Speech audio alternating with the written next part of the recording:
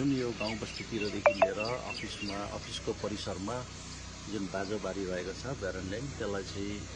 कमै खेती गर्ने अथवा त्यो बाँझोबारीलाई चाहिँ हामीले खनेर त्यसमा फसलहरू लाउने सागसब्जी लाउने भन्ने जुन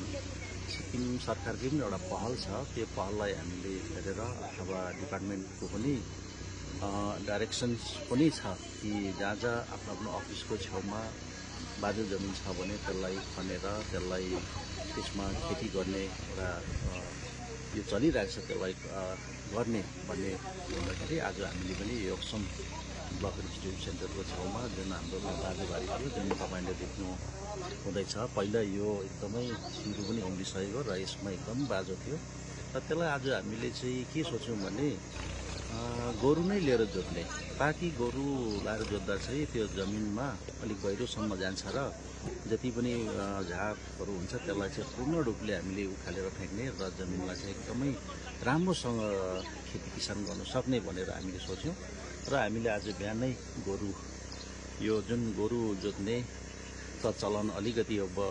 अहिले हाम्रो समाजमा यो अहिलेको परिवेशमा अलिकति टाढो हुँदै नै जाँदैछ किनभने बहुत कमाइ खेती बहुत कम्तीले मात्रै खेतीपाती गर्छन् र त्यसो हुँदाखेरि गोरु र जोत्ने हली भनिन्छ उहाँहरू पनि पाउनु निकै साह्रो पर्छ र पनि योक्सम नजिकमा हाम्रो नर्बुगाङ भन्ने गाउँ छ त्यहाँ चाहिँ एकजना उहाँले चाहिँ सधैँ आफ्नै गोरु आफ्नै जम्मै औजारहरू जस्तै हलो जुवादेखि लिएर जम्मै उहाँकैमा रहेछ र उहाँलाई हामीले ल्याएर चाहिँ आज पुरै जोत्न लाग्यौँ र जोतेर चाहिँ हामीले यो जमिनलाई चाहिँ पुरै एकदमै खनेर अहिले चाहिँ एकदमै खेती हुने योग्यको बनाएको छौँ र आज हामी बिएससीका जम्मै स्टाफ बिएससीको अन्डरमा पढ्ने हाम्रो यहाँ आरडिडीको मात्रै नभएर हाम्रो अन्डरमा पढ्ने जम्मै यो कृषि एवं बागवानी विभागका पनि भयो र अरू पनि जम्मै मिलेर हामीले आज यसरी गरेका छौँ र यसमा हामीले चाहिँ के सोच्यौँ भने सबभन्दा पहिला त लोकल क्रप्स जुन यो योक्समको हावापानीमा अथवा यहाँको क्लाइमेटमा सुट गर्ने हामीले अहिले सोच्दा चाहिँ एकदमै डल्ले खोर्सानी चाहिँ अहिले एकदमै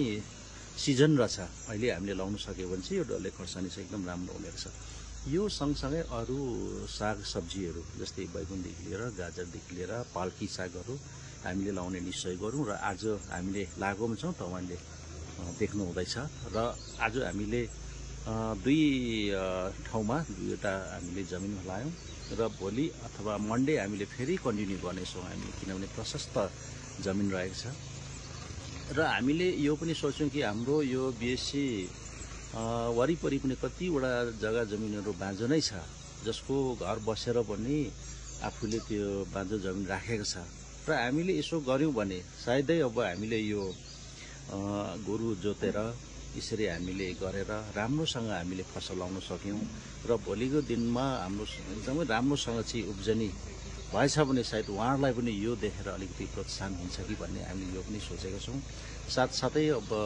सिक्किम गभर्मेन्टको जति पनि अब खाली बाँझो जमिनमा सबै खाली नराख्ने ताकि सबै मिलेर अथवा कुनै अफिसको जुनै पनि स्टाफहरूको उहाँ आफै पनि गएर चाहिँ त्यसरी गरिदिने भन्ने एउटा सोच छ त्यो सोचलाई हामीले लिएर आज काम गरेका छौँ र हेरौँ हामी अब समयमा फेरि पनि यो जुन आज हामीले फसल लगाएको छौँ हामीले गऱ्यौँ र यो सकेपछि यसको सिजन अफ भएपछि जब यो हामीले पाकिसकेपछि यसको फेरि अर्को हामीले जस्तो पाराले यहाँको सिजन अनुसार हुन्छ त्यसमा हामी सधैँ हामी निरन्तर राख्नेछौँ ताकि हामीले गरेपछि सायदै अरूले पनि यसरी हाम्रो जति पनि जिपियुमा पनि धेरै अब हाम्रो भाइ बहिनीहरू छन् जहाँ पनि अब खाली जग्गा छ भने त्यहाँ पनि गर्नुसक्छ या गर्दै जानेछ र हामीले यो जुन चाहिँ प्रयास गऱ्यौँ आज यो प्रयासले सायदै धेरैलाई अब हुनसक्छ र मनमा अलिकति खेती गर्ने र कुनै हामीले उब्जाउने हुनुपर्ने रहेछ हुने रहेछ गऱ्यो भने सक्ने रहेछ भन्ने सन्देश पनि उहाँहरूको जाओस् भन्दै हामीले यो गरेको छौँ र अर्को पालि जुन बेला हामी अर्को पालि गर्छौँ त्यति बेला अझै पनि हामी यो फसल लगाएपछि हामीले फेरि छाड्ने होइन आज राम्रो मल लगाएको छौँ हामीले जस्तै अब गाईको मल गाईको जस्तै गोबर मल जस्तै पाकेको